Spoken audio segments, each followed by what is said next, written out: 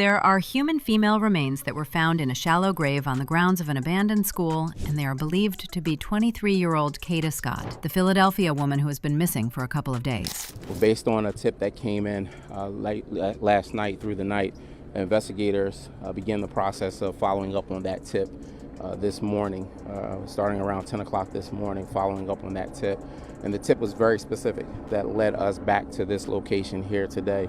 When I heard she had been found, I thought she was found alive, only to find out that it was her remains that had been found. Jeez. But here's the thing, guys. The police had been in that area for almost a week, and from what I recall, she wasn't hidden well, which means they wouldn't have missed her if she was there when they did their initial search. You know what this means? Somebody probably had to move that body there and tipped the police. Also, apparently the brother was suspiciously coming out of the nursing home when people were trying to get out. Like, why was her brother coming out of the nursing home while people were trying to go in? Allegedly, the brother also pulled out his bang-bang on them, telling them to get back. And then there's a Gabby that people are also giving the side eye, because she seems to be saying a lot, but also saying nothing at the same time. Honestly, this whole story isn't making any sense, and all these people sporadically calling with tips is hella suspicious. But let's break down everything to the T. Okay, the thing is, Kada was last seen by her mother on October 4th when she was leaving for work at a nearby nursing home. But on that evening, Kada arrived at work, but left prior to her shift's completion. The next day, when she didn't show up, she was reported missing, and the family told police that in the days leading up to her disappearance, she had told them and her friends that someone had been harassing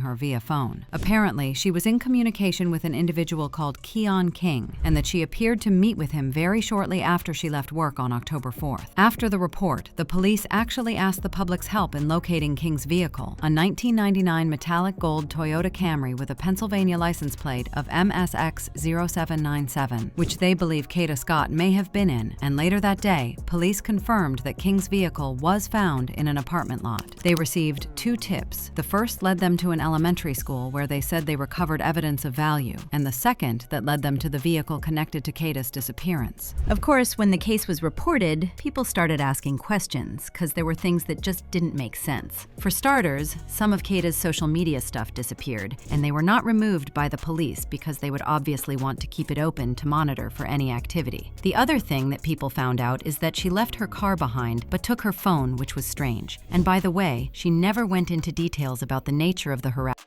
to her family or reporting it, unless, of course, that information is being withheld. Now, while searching the school earlier, the police located items believed to belong to Kada, including a cell phone case, an iPad case, glasses, and a card bearing her name. Then, days later, they reportedly got a tip telling them where to search. The police actually released a statement saying, while conducting a search of the property, investigators discovered a shallow grave and recovered human remains believed to be those of Kada Scott. This is a heartbreaking development, and our thoughts are with Kada's family and loved ones during this extremely difficult time. The Philadelphia Police Department remains committed to uncovering the truth and ensuring that justice is served. Apparently, the remains were found in a heavily wooded area after police received a very specific anonymous tip overnight, and officers began the search, and they found the remains located in a deeply wooded area behind Ada H. Lewis Middle School, an abandoned school near Aubrey Arboretum in Germantown. Wait, so you want to tell me the police had been out there searching that exact area for almost a week? A whole week. Yet when they finally find her, they were saying she wasn't even hidden that well. Now tell me how that works. Are we really supposed to believe trained officers combed through that spot over and over and somehow missed a body right there in plain sight? Or, and hear me out, did somebody move her there later and then conveniently tip off the police once it was safe to find her? I mean, it's really looking like the body was moved, but for now we don't know by who. Obviously, the first suspect would be King, but we have people suspecting that he wasn't working alone, which brings us to an alleged accomplice, Gabby.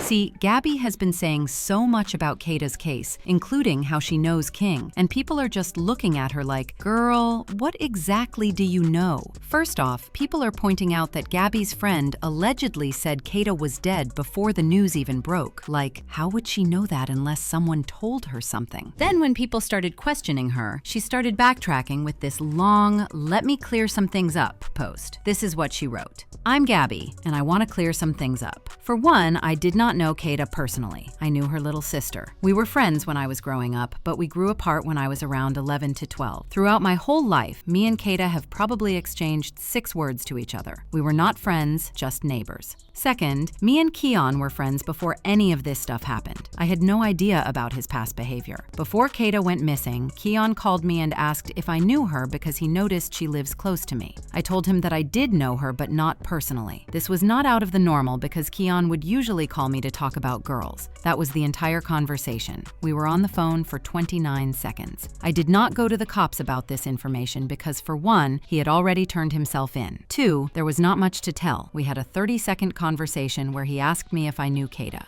3, y'all know how the streets are. I don't know where y'all are from, but around here, we don't talk to the cops. That's just the way I grew up. My sincerest prayers go out to Kada and her family. I pray she makes a safe return home. In her own words, she says she didn't even really know Kada, just her little sister from way back when they were kids. Fine. But then she admits she was friends with Keon, the very guy accused in this whole mess. And not just acquaintances, she literally says he called her right before Kada disappeared to ask if she knew her. Like, what kind of question is that? Also, that last line where she said, "My sincerest prayers go out to Kada and her family. I pray she makes a safe return home," would have been comforting if she hadn't already implied that Kada was gone before anyone officially knew.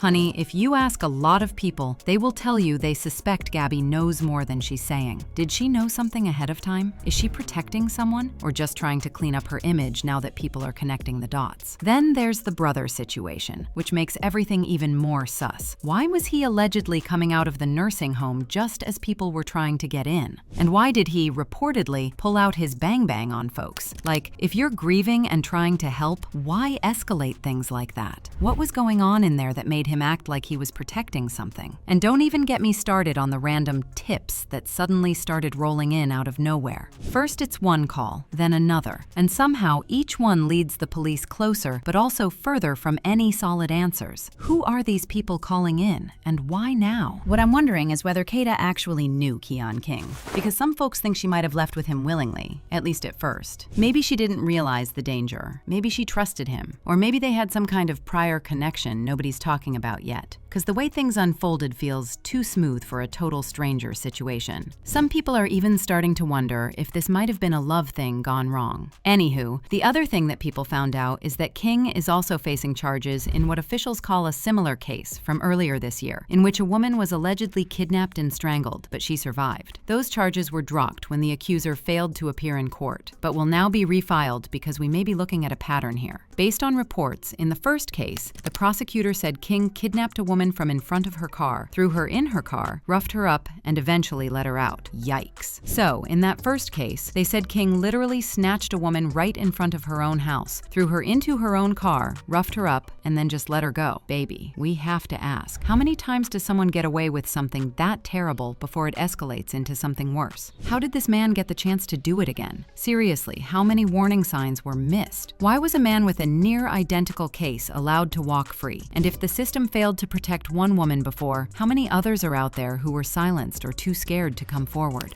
At the end of the day, I'm just wondering whether Kada's tragedy was preventable, or are we only now seeing the full scope of something that's been happening in the shadows all along? And most importantly, who else was involved? We still don't have all the answers, but I'd sure love to know your thoughts on this case. So let me know in the comments section below.